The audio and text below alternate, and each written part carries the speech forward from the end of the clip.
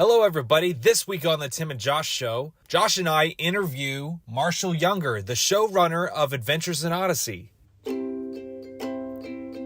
the Tim and Josh Show, starring Josh and Tim, and it's starting right now. Hello. Hi, How are you? I'm doing well. How are you? I'm doing excellent. Thank you so much for being on the show. Why, sure. I am Timothy. Hi. Hi. So Grandpa Josh, my co-host Josh, he's not actually Okay. old. He's uh Okay.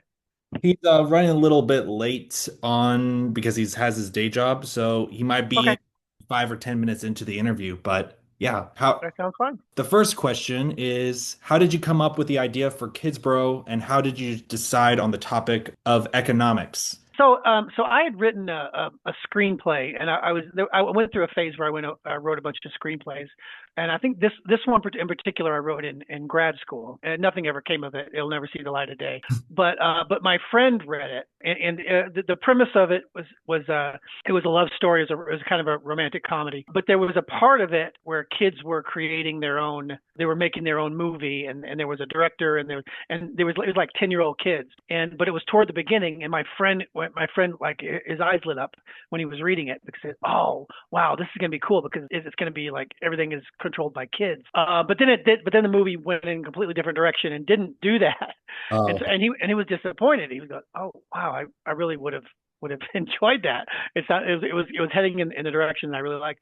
So it struck me. Well, yeah, what if things were run by kids? And then I thought, well, this might be a good way to teach about government and economics and law and those kinds of things. It wasn't specifically economics that I wanted to focus on, but that was a big part of it. Teaching kids about interest and journalism. There was a journalist in that's one of the characters, and there was a police woman, a police girl, and so teaching about the law and also about history too, because there's some references to wars, and there's a reference to communism versus capitalism, and just teaching those kind of basic things they would find in history books, but just a kind of a fun way to teach and educate that.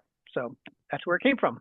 so the original Kidsboro story. Oh, wait a minute. Let me pause really quick. I Oh, see Josh is on. Hey, right. Josh, Yep. you there? Okay. Well, Can you hear me now? Oh, yes, I can there he hear is. you. We would love to see you. Are you driving or something? No, I just got home. Hold on. Bear Okay. with me. Okay. So, Marshall Younger, this is Grandpa Josh. Grandpa Josh, Marshall Hi, Younger. Josh. Hi, Nice to nice to meet you. meet you. Yeah, you don't look like a grandpa. Oh, it's my Maybe you nickname are. from college. Okay. Did you look older than you were in college? Well, I'm an old soul in heart. I love Ah, newspapers and love watching the news and all this stuff and well, that's cool. essentially all your grandpa things. And so my Then friends I, I, started I calling me think that Grandpa Josh. that sounds like a compliment. Then that's a fun thing to be. Yeah. I take it. Yeah. So, Josh, we were just talking to him about his Kidsboro books. He's written 4 Kidsboro books, so I was just asking him questions about that. We're one question in, but did you have anything else to say to Yeah, introduce yourself? they were not originally had nothing to do with Odyssey at first. I didn't even publish it with Focus on the Family. It was another publisher, and they bought the whole series, and then they ended up stopping after book one. So they were kind enough to give me back the rights to it, and so I pitched it to Focus on the Family, and then Odysseyized it, and so now we've got Wit and Rodney and Eugene are in some parts of it, but yeah, it was really it became a spinoff of Odyssey, but I didn't intend that at the beginning. What was the time gap between that from like you publishing it with the other publisher and then you pitching it to Focus on the Family? Was it years? Was it months? Was it Oh, like it was definitely years. It was I'm guessing maybe 5-6 years okay, in between. Yeah, from the time that I got the rights back to the time of it actually being published by Focus, it was quite a long time, maybe 5-6 years probably. okay. Yeah. What were the most notable changes besides the location that happened Mm. between book one? So, did you have a bunch of them written out first and then they just didn't get released, or did you just have the first one, you transitioned, and then you wrote others after? I had I had written at least the first two, and maybe part of the third when the other publisher decided not to publish the rest of them. So I stopped, and then when I pitched the series, then I wrote the third and fourth one. There was a lot of because I actually found an original copy of the one through the other publisher. I found Oh, it on, with and yeah, I, the with the purple cover, the yes, yeah, yes, yeah. a purple cover. There was a lot of like character changes. There was some characters had completely different personalities and different character changes. What was the reason behind that? Was it just like now that I've been had time for that to marinate for a couple of years, I just want to change this, make it a little bit different, or It might have been some of that. It might also have been my editor asking for certain things. uh, There were certain directions of some characters that they didn't quite care for, and so they said, could you go this way? Could you go that way? And I was amenable to anything at that point. I was fine. That was my first actual book that I'd ever written. So whatever, I figured they'd know better than I would. So they asked me to change a few things, and I did, and I think it worked out well. what was the inspiration behind each individual idea of the story? So you had the first one, the rise and fall of the Kidsborian Empire. It sounds a lot like the screenplay that you were talking about writing, where kids were making. Exactly. Yeah. Yes, yes. So that was coming. So it started with number one was Battle for Control, and then Rise and Fall of the Kidsborian Empire, and then Creek War, and then the Risky Reunion. And so and you've got the through line of Ryan's background throughout the four, and so I wanted to make sure I had some build up throughout. It happened way faster in the original story, is Mhm. that all of this came out about his father and all that. All of it came out earlier, but then I kind of stretched out a little bit more when it came to the four books. But it really came from, okay, what kinds of things can I teach here? And so one book is about, is the Creek War is about conflict, and also that had a lot to do because there was Kidsboro, and then there was Bettertown, and Bettertown was communist, Yeah. and Kidsboro was capitalist, and the differences there, just the difference in what that was. And then you had and the making of the movie was a lot about cooperation and kind of humbling yourself and saying, okay, I need to be collaborative with this. I can't just take over. And then there's war, and there's and of course economics and the government, and there's kind of a mystery in each one a little bit, and the newspaper reporter can investigates Mhm. and those kinds of things, and there's a detective that doesn't really know what he's doing, but it was really just I picked the books just based on, okay, what do I want to teach, Right. essentially, what I want to educate kids on. Two questions. Out of the four books, which one is your favorite, and who was your favorite character to write for in the four books? Okay, so for a long time, I don't know if I'd still say this, or maybe I would. For a long time, I would say that the Creek War, which is book three, is the best thing I've ever written, ever. Oh. Even Odyssey, because Mm. I think it has a nice build, and stakes are raised, and then there's just some nice moments toward the end. So Creek War, I'm really proud of. My favorite character was always Alice, the police officer, Oh. who would just be so belligerent and bully people, and she was just so no nonsense. Like it wasn't that she bullied people; it was that she was just no nonsense. She's not going to put up with anything, and she's going to, she's following the law. The law is her god, and so I thought she was a fun character to write for. So you have the four Kidsboro books, but you also have a three-parter episode in the True Chronicles about Yes, Kidsboro. yes. So those two stories have slightly conflicting, like, They did, yeah, about the origin of Kidsboro and all that. Yes, there right. it is a little bit different, and it was really just to make it more doable in audio drama format. So we had to change a few things. Had to change some of the characters a little bit. I would have loved to do more Kidsboro episodes, but the differences between Kidsboro and Odyssey is these are, I would always send outlines for new Kidsboro episodes, and I did. I had one about freedom of speech and various things, and I thought that they worked, but the notes that I would get back from the rest of the team were, well, if there's so much conflict in Kidsboro, why don't the kids just stay home? You know, because which is a legitimate question. Uh-huh. Why do they bother with Kidsboro? Yeah. It really it doesn't understand the essence of Kidsboro, which is these kids want to make this place work. Hmm. They're trying hard. They know that there's conflict, but they want to be on their own, and they want to fix problems themselves. But it doesn't really, it's just not consistent with the Odyssey world exactly. And Yeah. so I can never get things passed by the team. And that makes me a little sad. But with the two different stories, which one is part of the mainstream Odyssey universe? Which one's canon and which one is its own thing? Mm. If there are actual contradictions, then it would be the episodes. The episodes would be canon. But officially, the Kidsboro is canon. Um, Okay. Okay. so, but you're right. There are some differences.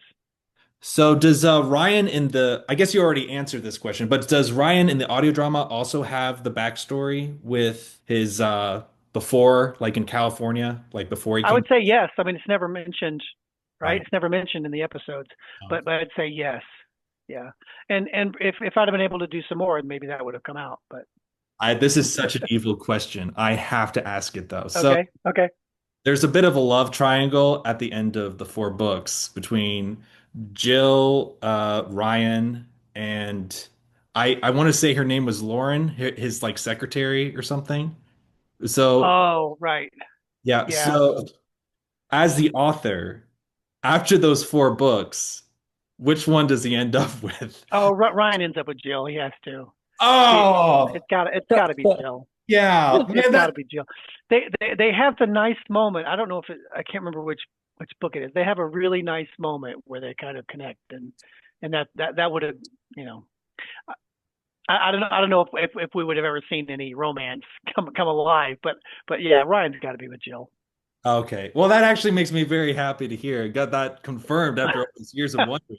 Wow. Uh, The okay. confirmation you've been waiting for, Tim. Yes, I know. I just reread it in preparation.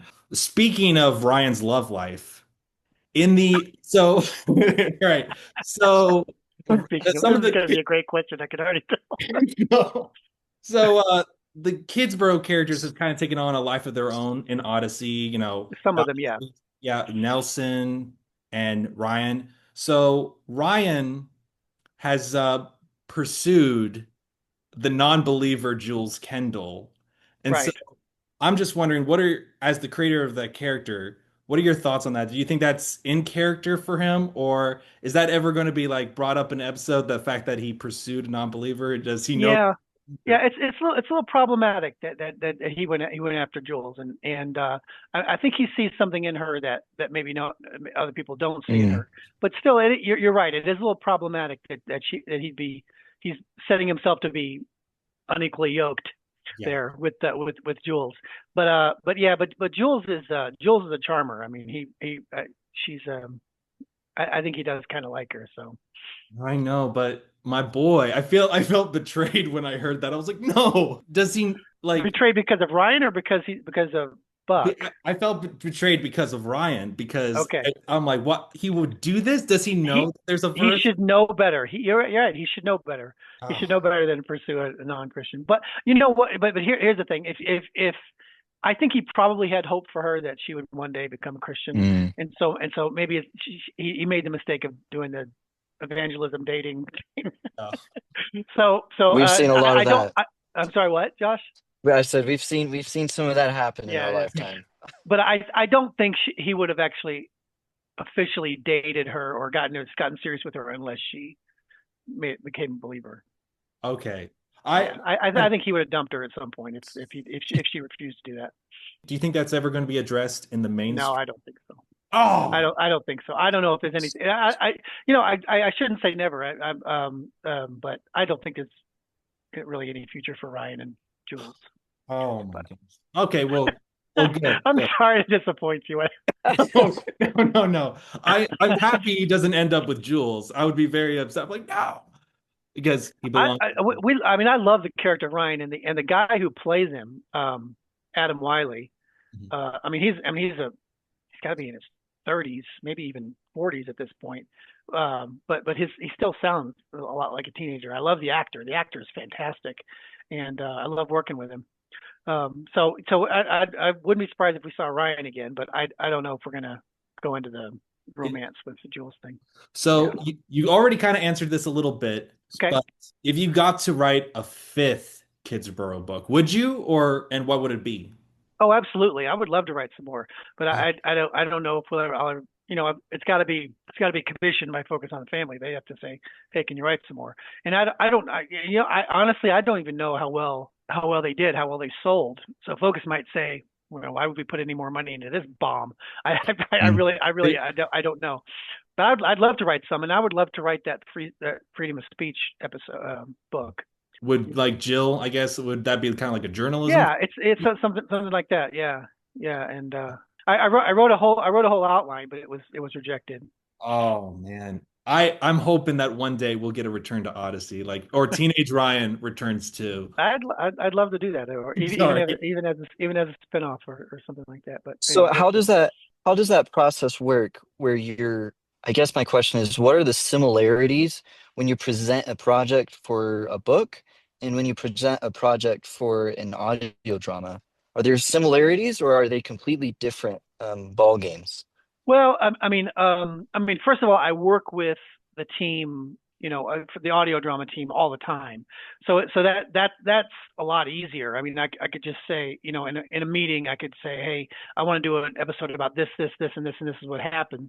And then, they might say, yeah, we like that, go for it. Whereas if I was doing a book, I'd have to do a whole proposal Gotcha. with all the characters and do several pages, 5 6 pages of what happens here, maybe even a chapter by chapter outline before they would even consider it. But the audio team, they know what I can do, and so they'll say, yeah, go for it, go ahead and go write an outline for it. So Speaking of Adventures in Odyssey, we're transitioning to the Adventures in Odyssey questions here. Uh, okay. so you're now the showrunner for Adventures in Odyssey. What has it been like transitioning from being a writer and now having that extra duty? What do those extra duties entail, and what has the transition been like? So the showrunner is in charge of the overall direction of the episodes, the characters, the storylines. When we have every year we have a writers meeting that lasts a week, and we all get in a room and we figure out what the next 24 episodes are. Everybody comes in with their own ideas. And so I'm in charge of that meeting, and I'm in charge of, okay, this is it, and I'm the one who has the last call on, okay, we're going to do this one, and we'll do this one, but let's make this tweak. We're not going to do that one. That's my area. And then all scripts, whether they come in by freelance writers or staff writers, they all come through me. And then I do, final edits. Yeah. And then I'm in charge of the overall direction. Okay. So I'm in charge of where do we want to take Jules in the next 2 years? Where do we want to take Buck? What do we want to do with all these characters? And so that's my call. Out of all the Adventures in Odyssey episodes you've written ever, which is your favorite? And which is your favorite episode you've written since becoming showrunner? The answer to that is the same episode. Oh, Because I wrote a show a few years ago. It was in we called it the Olivia Faith arc, oh, where Olivia it begins to question her own faith. And my favorite episode in that is called The Lost One. It was a two-parter. And the reason that's my favorite is because it's very personal to me. There's someone in my life that kind of had that situation where they began to question their faith, and they lost faith, and they even wasn't sure that they believed in God. And so it was very, I put a lot of my own experience into it, watching that person kind of travel in a direction that really hurt me. It was hard to watch it. And so I wanted to depict that, and we chose Olivia to be the person to do it and to go through that, and that ended up being a very, very important episode for me. yeah. Yeah. I was gonna say, I think that's probably just about every person's favorite episode is something that they can relate to. I Yeah. think that one is really, really cool. Yeah. Yeah. And we had to tread very lightly on those shows because the thing that I did not want when I wrote those was to have kids that have never even thought about the possibility of God not existing, then questioning it. I didn't Hmm. want people to listen to that and then, oh, suddenly I'm questioning my faith. Yeah. And so we had to be very careful, and we had to answer all theological questions as best we could within the context of every single show. And I think we accomplished that. We still got some letters from people saying my kid wasn't questioning until now, which broke my heart. But I think by the end of the whole series, I think people were satisfied, and I thought it was important because I think so many people go through that time where they're just not sure, and they're asking these kinds of questions, and they need to know what the answers are. They need to have a foundation of faith in their lives that they can go back to when these questions are raised, when they're faced with doubts. So I thought I think it was a very important show for me. I'm glad we did it, even though there was some pushback on it from some people in the audience, some parents, especially parents of small kids, and that's why we put a parental warning at the top at the beginning of it. Said there's some really deep issues here that your kid might not be ready for. Mhm. Please listen to it with them, or don't let them listen to it, or preview it, first before. But that we can't count on that. Sometimes that happens, sometimes it doesn't. But anyway, I'm really proud of it. And giving pushback to the people who gave you pushback, it's better, I think, for them to get this kind of like exposure to the other arguments within the world of Odyssey than to be 18 years old, never have even met somebody who didn't believe in God, and then is like, whoa, when I they. agree with that. I agree with that. And I was like that when I went to college.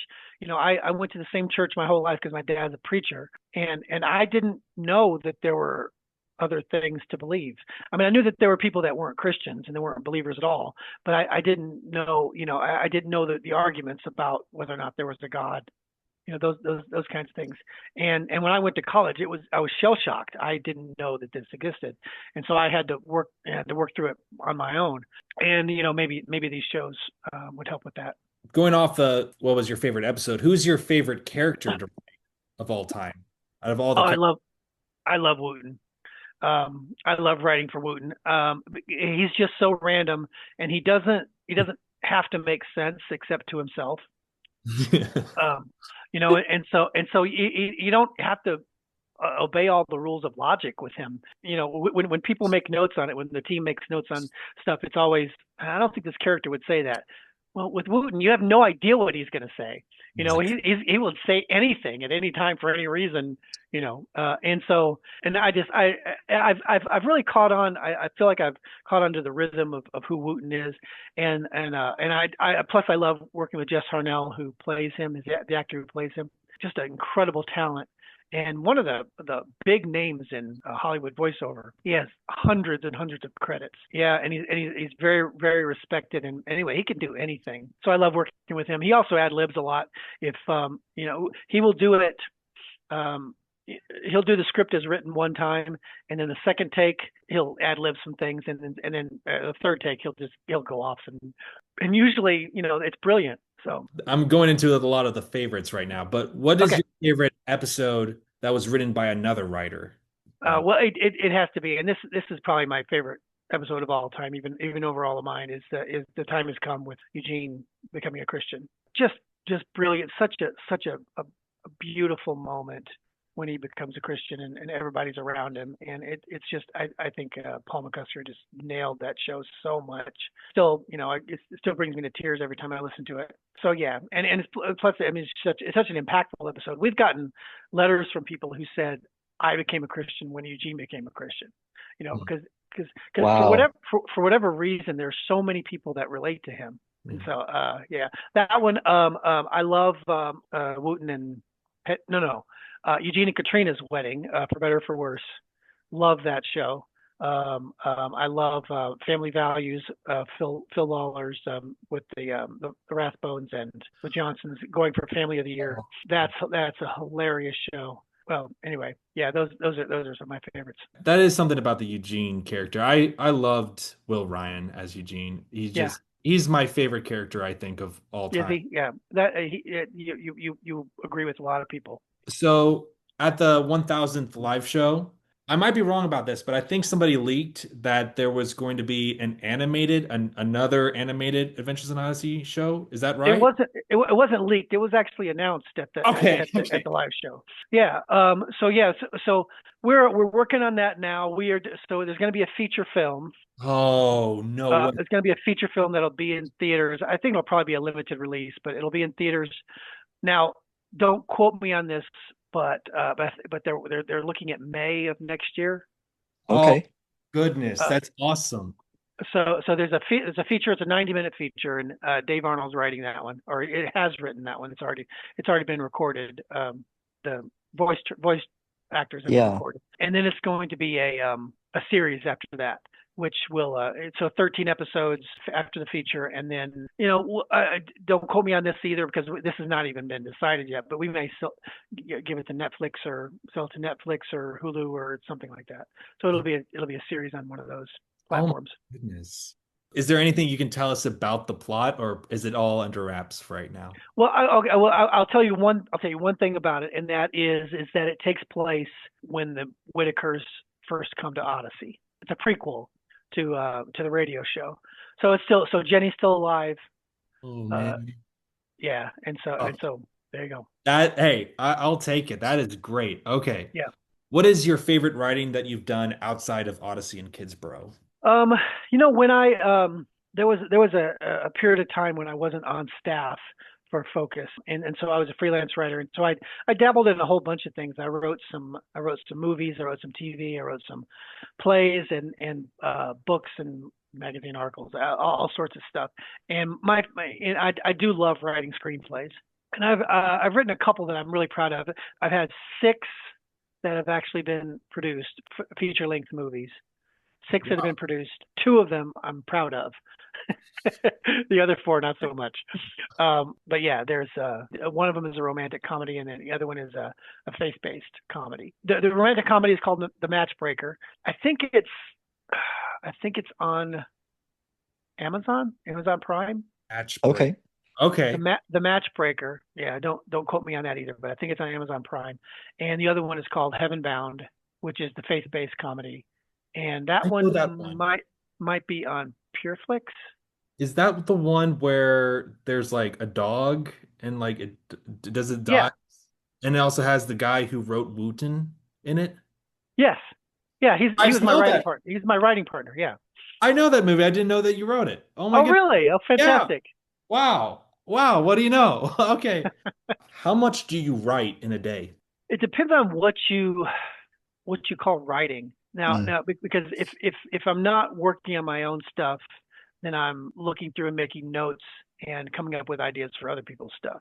So Mhm. if you call that writing, then I write every day, several hours in a day.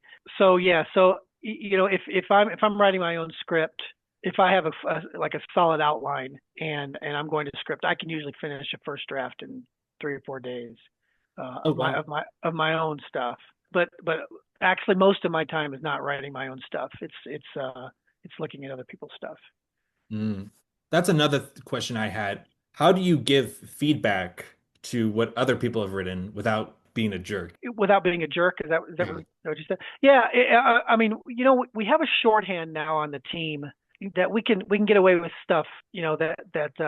We're never harsh. We never say, "How could you be so stupid?" We can't do no, we don't say things like that.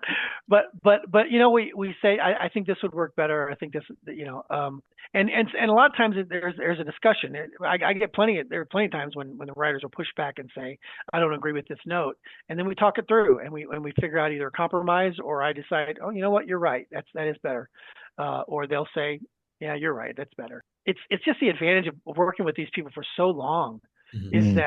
that you just have a mutual respect for each other, Hmm. and no matter what we say, they understand that I'm only trying to do the best show that we can possibly do, and I understand that they're trying to do the best show that we can possibly do, and we're working together to make just as fantastic of a product as we can make. Um, and so people don't take things personally. I do have to be more careful with people that are like new writers.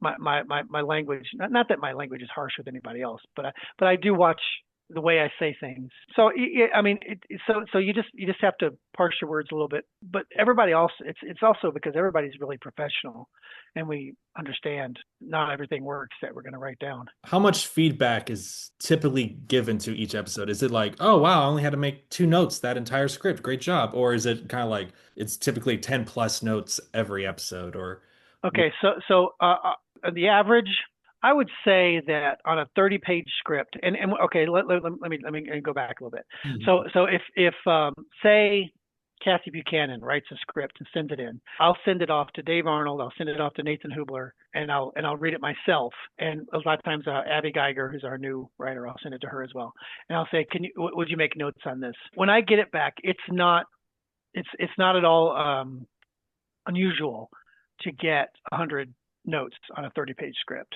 Oh wow. Yeah. Okay.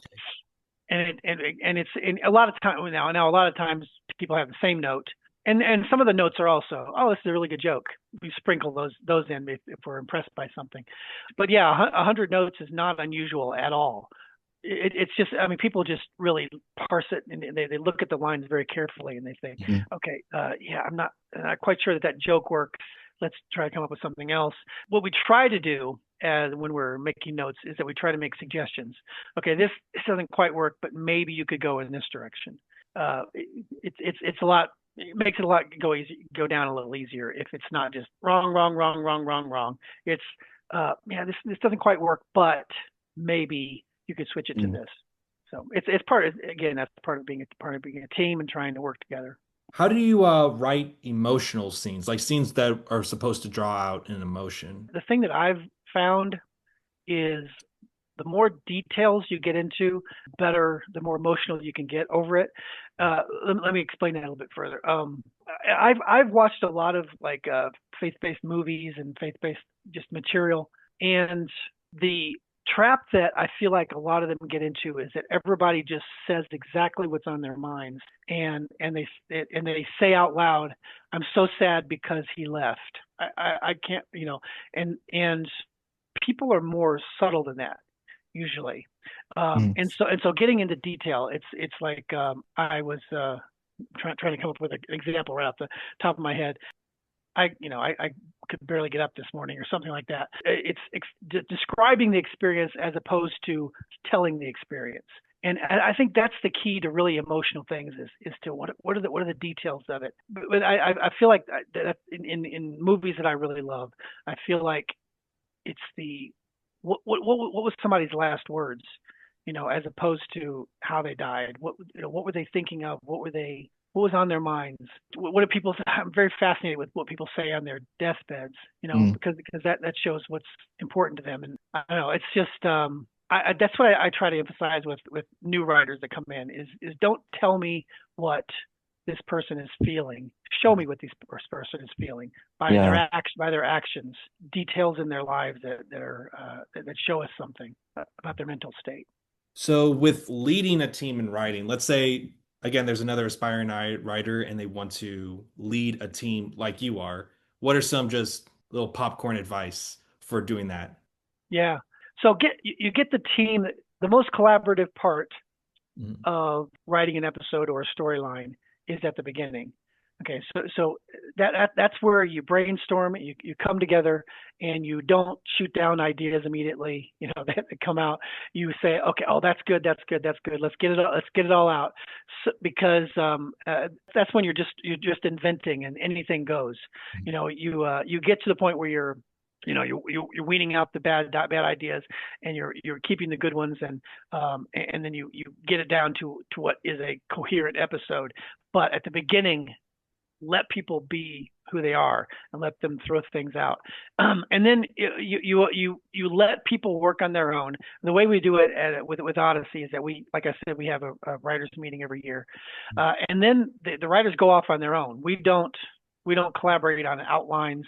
We don't sit in front of a whiteboard and figure out an outline together. No, the writer does it themselves, and then they bring their outline back to the team, and they give their notes on that. So they're just pivotal points where you come back in and give your opinions on their stuff. But other than that, let them create on their own. because I mean I'm a big believer that the person who comes up with the idea should be driving it most of the Mm, way. Right.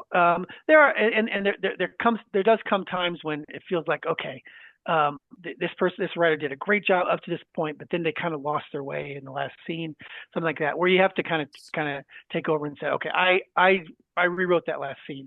Let me know what you think. But like I said before, everybody's trying to get the best show out there possible. So don't get to the point where you're micromanaging, you're dictating things. You let the writer create. That's what they're here there for. That's what they're good at. That's why they were hired. mm, But then you have specific points that you come back into the process and help them out whenever they need. And also, and the other thing is, make sure that everybody is feels free to brainstorm at any moment, because people get stuck. Everybody gets stuck. I get stuck all the time.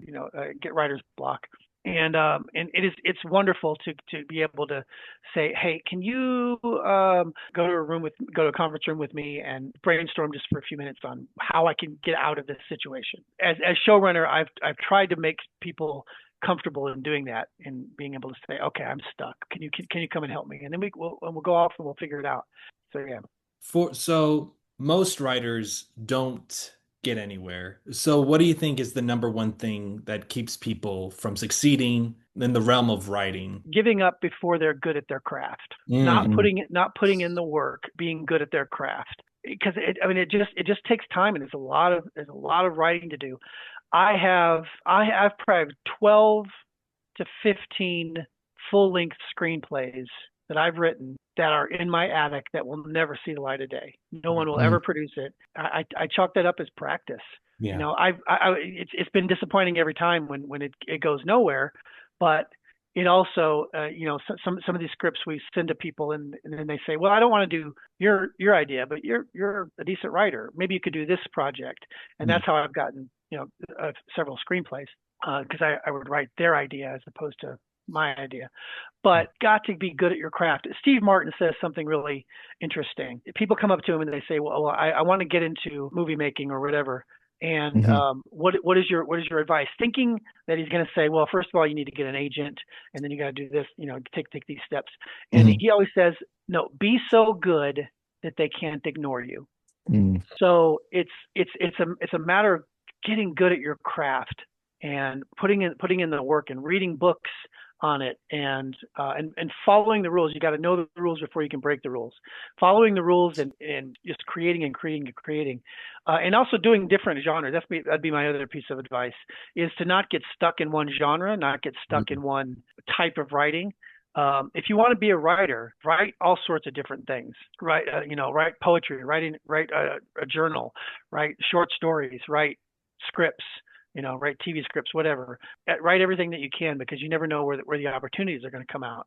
And mm, actually, I've told this story hundreds of times, so you may already know it. But the way that I got my job at Focus, for Adventures in Odyssey, I was at Regent University in Virginia Beach, Virginia. I was doing doing grad school there, and I had determined, I was a script and screenwriting major, and I determined to take every advantage of every opportunity that I could to write. mm, And there were bulletin boards all over the place, all over Regent, in the hallways, saying, "Hey, we need writers for this movie. We need writers for this television show. We need writers for this play." There were way more directors than there were writers mm, at Regent, and so there were all these opportunities. And it was this one that said, "Hey, we need a writer for an audio drama." And I had never heard an audio drama in my life, much less written one. mm. But I said, I'm going to take advantage of every opportunity that I can. And I was the only one that submitted anything, because nobody knew anything about audio drama. And it was produced, and they brought in actors, and they did sound effects and music and all that. And it was sent to Paul McCusker. The guy who produced it sent it to Paul McCusker to try to get a job for himself. And then Paul had to write this guy and say, "Hey, we're not interested in you, but who wrote the script?" And so that's how I got my job with Odyssey. And it was because I didn't limit myself to mm, what the type of writing that I was doing. Mm. And now I have my dream job. This is a dream job, working for this organization, and doing something that I love, and working with great people, fantastic people. It's a dream job. So Speaking of like directing, transitioning to directing advice, Did you start directing when you came to Adventures in Odyssey, or did you do other form of directing before then? And what is some basic directing advice that you would give? I think before I came to Odyssey, I may have directed plays and you know, like church plays. And I had my friends and I was the first one in my neighborhood to get a video camera, Mhm. and this was in the 80s. Okay, so I was the first, and so we made movies. My friends and I would make movies, and I would write and direct those. So I don't know if that counts, but yeah, my first real directing was Odyssey. I had written maybe 10 shows before they let me direct, Mhm. and I wasn't hankering, I wasn't asking them to direct Mhm. or anything. I didn't really know, I had a chance to watch Paul McCusker and Phil Lawler direct a bunch of shows, and they're excellent. They're great at directing. So I got some great exposure to directing. And then my first directing job was The Fundamentals, a show called The Fundamentals, which is a basketball show with Jimmy and Tom. I can't remember who else was in that show, but I tried it out, and I really enjoyed directing a lot. And I don't know that I did a fantastic job with directing The Fundamentals, but it came pretty easily. They let me do they let me do another one, and now I'm directing all the time. It's really I love directing. I love being in the studio, in the control room, and watching these actors and Mm. listening to a script come to life, especially these actors. Oh my goodness, we work with top notch actors, and they take it and they lift every word. They lift every line, uh, Mhm. and that's really, I have a lot of gratitude about that too. So you've directed episodes that you've written. What is Mhm. it like directing a show that you didn't write? Is it any different, or what is that like?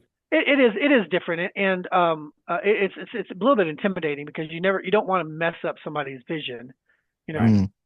But we always get together beforehand if I'm directing something that somebody else has written. I get with the writer and we go over directing notes and Hmm. say, okay, what did you think? What were you thinking with this line? How do you want to do this, and this? And we go over it with a fine tooth comb, and so I get a lot of notes. Now you were asking me about advice I would give for directing. I over prepare, and Hmm. I Mm. don't know. Phil Lawler's the exact opposite. He comes in kind of with a blank script, and he wings it. But I come in over prepared, and I will, because I'm not as articulate as he is on the fly. But I'll write down, proud, quickly, directing notes on the side of my thing, and I'll have tons of notes on every page before I even go into the studio, just so that, and then, if they read it, if the actors read it and it's not what I intended, then I'll circle it and say, okay, make sure you say this when the take is over. You talked about getting a whole bunch of some letters from parents pertaining to episodes. Which episode had the most letters? Like, I Oh, guess my question is like, which episode, based on those letters, was the most influential episode? I thought you were going to ask which one was the most controversial. No, no. that So, too. I want to know that That one. that too, that'd be a good question as yeah. well.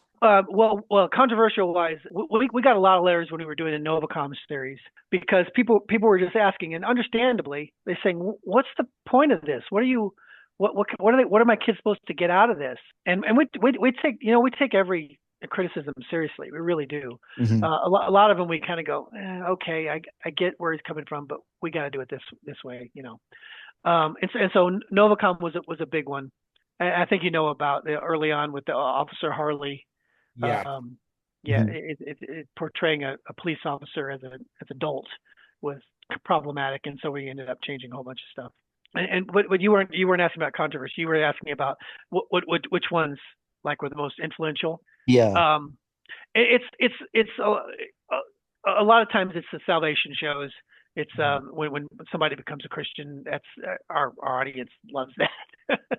The parents love that, and because it becomes something that kids can really hang on to and say, well, that's something I want to do too.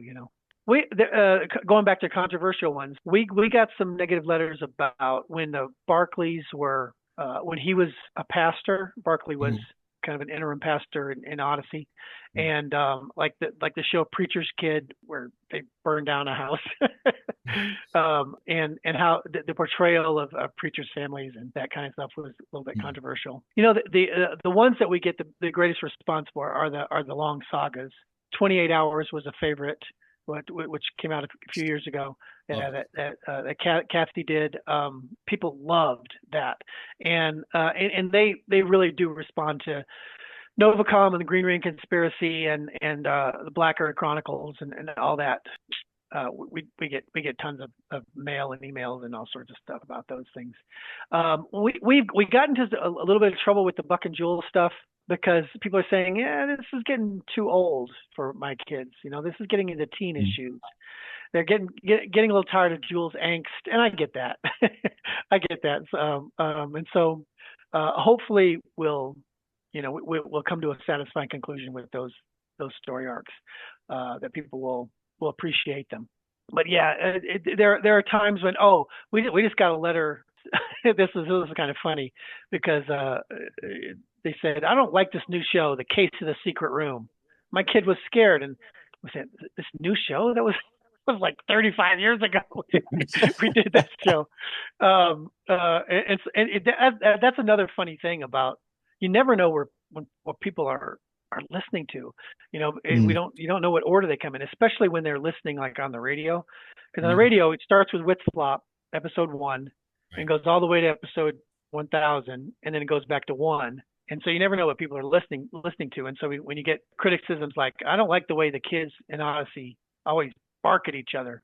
We haven't really done that in like 30 years. So I think we've corrected that. But anyway, the funniest thing that I remember a letter we got once where it said, who are these new people, the Barclays? Where are the Washingtons? Why aren't the Washingtons in more episodes? So it's obvious, where they started listening, and now they're coming back around. So you never know where people are at and where they're coming from. Pertaining to characters coming to salvation, Yeah. I have a question concerning one character. Is there any possibility that Jay will ever get saved, or is Jay like one of the characters, if you turn into a Christian, he has to give up a lot of his personality? Is there like, We believe that, believe it or not, we've discussed that on the team. And there is there are certain characters that are static characters, and there are certain characters that are dynamic characters. Mhm. Connie is obviously a dynamic character because she is completely different now than she was when she first came in. Mm. Eugene is a dynamic character; he's completely different. But there are some static characters like Bart Rathbone. I think we'd be doing a disservice to the character if he became a Christian. Yeah. Because he's a static character. Even Bernard is kind of a static character. He is there, and that's not a negative thing. It is he's static, and so that's what makes him funny. Is that Yeah. he never changes. He Mm. always has the same perspective, the same outlook. And so we're very nervous. We get nervous about making any kind of comedic characters Christians because we might lose their character. And there's a lot of mileage to get off of Jay not being a Christian because he can just blow people off. He could be mean. He can insult people in joking way, and he can get away with it. If he was suddenly a Christian, we get letters going, why is he acting like this? Isn't he supposed to be a Christian? Same thing with like Bart Rathbone. Why is he still cheating people at his electric palace? Didn't he become a Christian? No. And so we would lose part of that. We do get hesitant about making static characters dynamic. Right. And that wasn't a request for that wasn't a request that we get. Okay, that's good to I know. love Jay. I love Jay. Yeah. I feel hesitant even in my heart. Like, please just let him be the little villain. That's anti-hero. For like writing and directing, do you have any like book recommendations for our listeners if they want to sit down, read, and learn about it, or is it just doing? Well, doing is the most important thing, Mhm. obviously. And getting your stuff looked at by somebody who'll be honest. Yeah. Mm. Running your stuff by your good friend who doesn't want to insult you may not be very beneficial. But showing it to somebody who will be honest and say, no, this doesn't work, or this part could be better this way, whatever. But as far as books, I really like the book Save the Cat, which I don't know if you're I'm familiar with familiar. that. I haven't Yeah. read it though. I've heard. It's called Save the Cat. Blake Snyder. Blake Snyder is the author. There are 3 books. There's Save the Cat, and then there's 2 sequels. But I find that for beginning writers, it's more about screenplays than it is about audio drama. But it's the same principles are true. It kind of gives the rules, and a lot of people reject it because it's very formulaic. But to me, Mm, you got to know the rules before you break the rules. right. So I don't mind it being formulaic. Okay, let just write according to this, and then somewhere down the line, then you might be free to mess with the formula a little bit. But Mm. use the formula because it's good. Okay. Save the cat. I hesitate to say this one because it's got a lot of swearing in it, a lot of language, but it's Story by Robert McKee. The title is Story, and it's by Robert McKee. But it's got some really excellent principles in it. Okay. Well, I've exhausted my question supply, but Josh, I'm Go ahead, putting Josh. you on the spot, just like any All right. questions you have, Josh. I mean, Adventures in Odyssey is so big. So, what would you recommend to somebody who wants to get into Adventures in Odyssey, where they can kind of catch up with the storyline and yeah. Oh, you're talking about listening to Odyssey. Yeah. Listening to Odyssey, Yeah. reading Odyssey, just some not resources, but I guess what I'm asking is what's the perfect jump start for somebody who's new and wants to get into the series? Well, there are videos that we've created that are on the club, and I think probably on the website called Jumpstart. Mhm. It's literally called Jumpstart, and it kind of it gives you an introduction to Wit and Wit's End and the show itself and Connie, and it takes like different characters and says, okay, this Jumpstart video is about Eugene, and we learn all the history of Eugene. So those are actually really helpful. But if I were to if somebody liked Odyssey, they listened to a few episodes and they really want to get more involved in the storylines, I would start at the Mhm. beginning. Get the club and start at the beginning. Start at Wit's Flop and just move on. Just go from there. Or you can start. There was a reset. It was a major reset with album 51. After album 50, we did a reset. A brand new Wit and a lot of different new characters. And so starting with album 51 would be another good place to start. It might depend on what you like. If you like the intriguing stuff, then you could start with the Black Earth Chronicles. And if you go to the club and you type in Black Earth Chronicles, then it would give you all the episodes that Hmm. relate to that, or Novacom or Green Ring Conspiracy, or if you like the intrigue stuff. I mean, if you go into the club and just click on I think it works like this, where you give me comedy episodes. If you like comedy, then it'll give you some comedic episodes. Start with the things that you like, and then if you really enjoy it, then go back and start at the beginning. Start with What's Flop. And you're right, it's overwhelming to see 1,000 episodes, and we get that Yeah. question all the time. People saying, "Okay, we loved it, we love this show, but where do you begin?" Yeah. Yeah. Yeah. And the show is a lot different now than it was 35 years ago, Hmm. intentionally, because the audience is different and their tastes are different. Josh, thank you for ending it with that. That's like the perfect question to end off. But I mentioned we have an optional thing. So Yeah. on this show, we have a segment called Audio Ad Libs. And the way Okay. this works, I know you've done some voice acting with Officer Burke. Oh boy. I know. Okay. Forgive me. Forgive me. I just have to ask. I'd be darned if I Okay. didn't. It's essentially we would be given a prompt and then we improv our way through it. And then I, in post, add sound effects and turn it into like a mini Adventures in Odyssey. It's like a 2 or 3 minutes ad libbing. I'll try. Oh, I'm not great at this, but okay. I'll try. It's okay. Now, Neither am I. is this all three of us doing this? This is going to be all three of us. This is All going to three of us. Okay. Or be, do we have set characters, or do we just make them up as we well, go along? since you're the guest, you get to choose between these three prompts and you can choose which one you would want to do. Okay. Okay, so the first prompt is father and son road trip gets interrupted by clown. The second one is pirate robs man with bow tie. And three is teenagers start their own town and call it Teensboro. Sorry. Forgive me. That one hits too close to home, I think. Um, okay. So what the second one is something robbing somebody with a bow tie. What is it?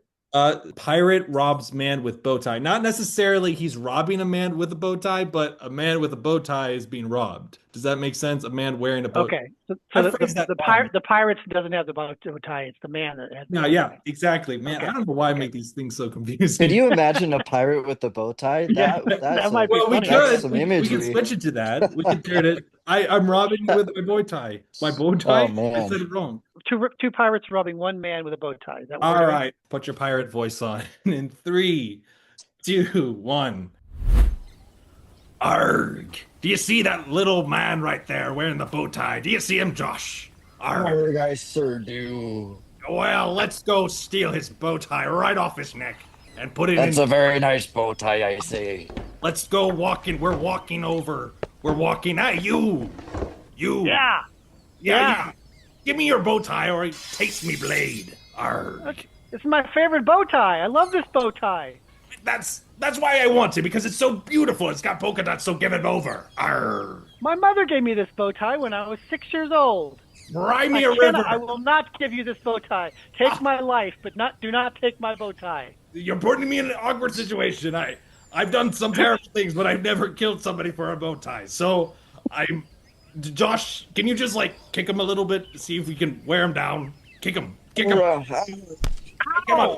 Where's my stubby leg? Don't make us kick you more. Arr. Ow! Your leg is made out of wood.